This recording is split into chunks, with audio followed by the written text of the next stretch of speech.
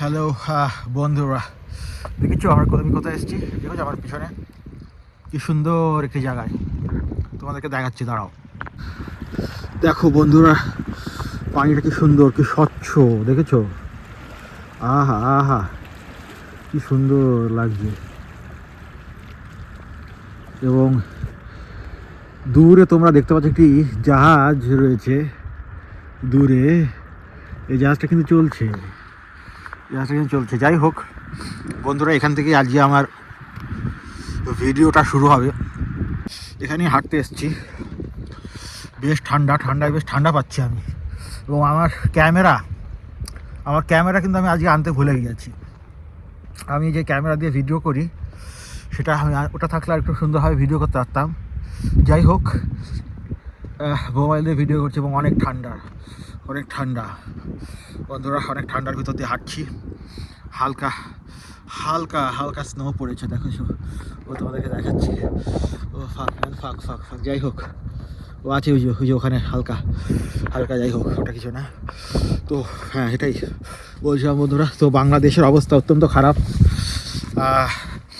কিন্তু তার সবচেয়ে বড় ব্যাপারটা হচ্ছে ভারতের কলকাতার এই একটা টিভি চ্যানেল, যার নাম হচ্ছে রিপাবলিক বাংলা। এই রিপাবলিক বাংলার ভারতে কি কোনো খবর নেই নাকি? এই রিপাবলিক বাংলা খুললেই তোমরা দেখতে পাবে যে এই রিপাবলিক বাংলা একমাত্র খবর যেটা তারা প্রকাশ করে, সেটা হচ্ছে যে বাংলাদেশে হিন্দুদের উপর কি অত্যাচার করা হচ্ছে।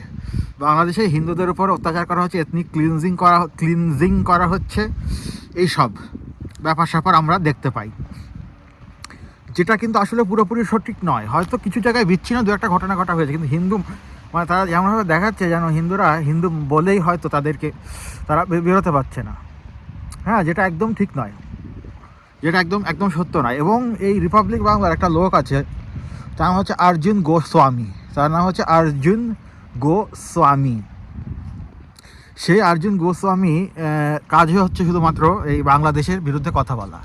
বন্ধুরা, একটা ইন্টারেস্টিং জিনিস তোমাদেরকে আবার ভিডিওটা কন্টিনিউ করছি। দেখো বন্ধুরা, এই যে এই লোক, এই এখানে কিন্তু এটা কিন্তু মেইন পানি। হ্যাঁ, আর এই যেখানে একটা বাসা রয়েছে, কিন্তু এই বাসা দেখেছো এই জায়গাটা কীরকম বাদ দিয়েছে, দেখেছো? এই জায়গাটা পাথর এবং আর কিছু বাদ দিয়ে এই জায়গার পানিটাকে শান্ত করে দিয়েছে এবং এই বাসা যার, সে অনেক ইজিলি, যে এখানে ঢালু দেখতে পাচ্ছ তোমরা, এই ঢালু দিয়ে কি করা হয়, এখান দিয়ে বোট নামানো হয়, ঠিক আছে? বোট গাড়ির পেছনে করে বোট টো করে এখান থেকে নামিয়ে দেয় পানির ভেতরে, তারপর এখান থেকে চলে যায় ভেতরে, আর ওখানে পার্ক করে। ইন্টারেস্টিং একটা জিনিস দেখলাম, চোখে পড়লো, তাই দেখালাম। ওই বাড়ির লোকটা আমার দিকে তাকাচ্ছে, ভিডিও করছি বলে হয়তো। যাই হোক, মেন যে কথা সেখানে ফিরে আসি।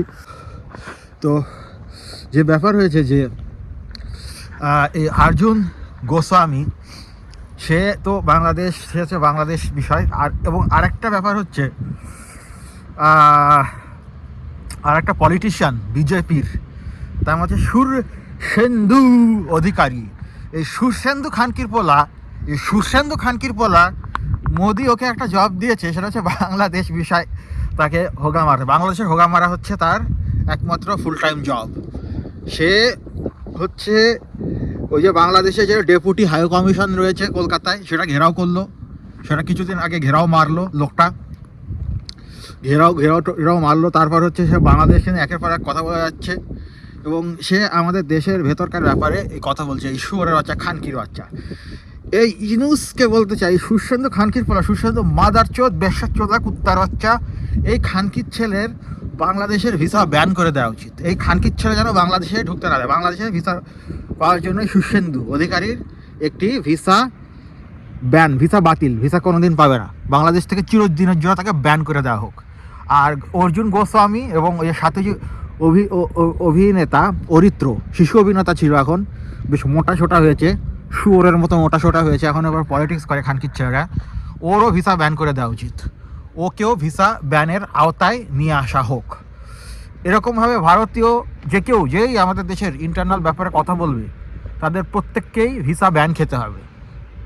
এটা একটা আইন করতে হবে। এবং এই যারা বিশেষ করে এই অরিত্র যেটা বলছে, অরিত্র শুয়োরের বাচ্চা বলছে কি যে বাংলাদেশে যেসব এরিয়াতে হিন্দু বেশি, রংপুর এবং চিরাং, সেই এরিয়াগুলোকে হিন্দুদের স্বায়ত্তশাসিত এরিয়া বানাতে হবে।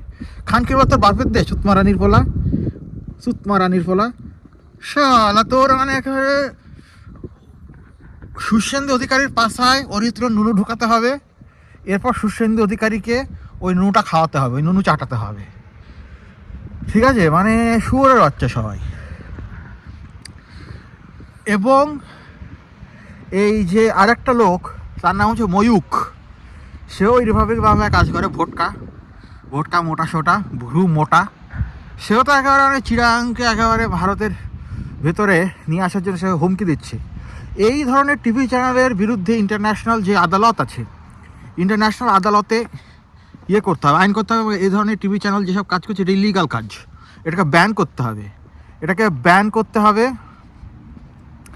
এবং ব্যান করে তারপর হচ্ছে বাংলাদেশের ব্যাপারে যেন এ ধরনের কোনো নিউজ তারা ইয়ে করতে না পারে। এবং ভারতীয় টিভি চ্যানেল ব্যান করেছে। এবং সবাইকে আমি বলছি যে তোমরা কেউ ভারত যাবে না, ভারতের ভিসা তো দূরের কথা, ভিসা যদি অফিসে তো ওপেন হয়নি, বাট যদি ওপেন করেও তোমরা ভিসা নেওয়ার জন্য ভারত যাবে না। এবং চিকিৎসার জন্য তোমরা কেউ ভারত যাবে না।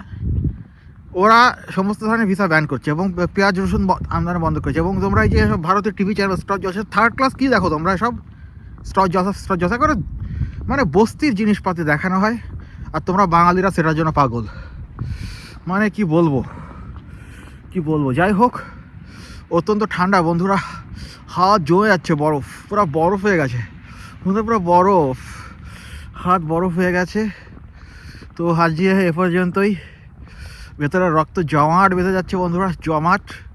তো আজকে একটু এসেছিলাম এখানে ঘুরতে, একটু সুন্দর জায়গায়, তাই ভাবলাম যে প্রতিদিন তো বোরিং, বাসার থেকে ভিডিও করি, আজকে এখান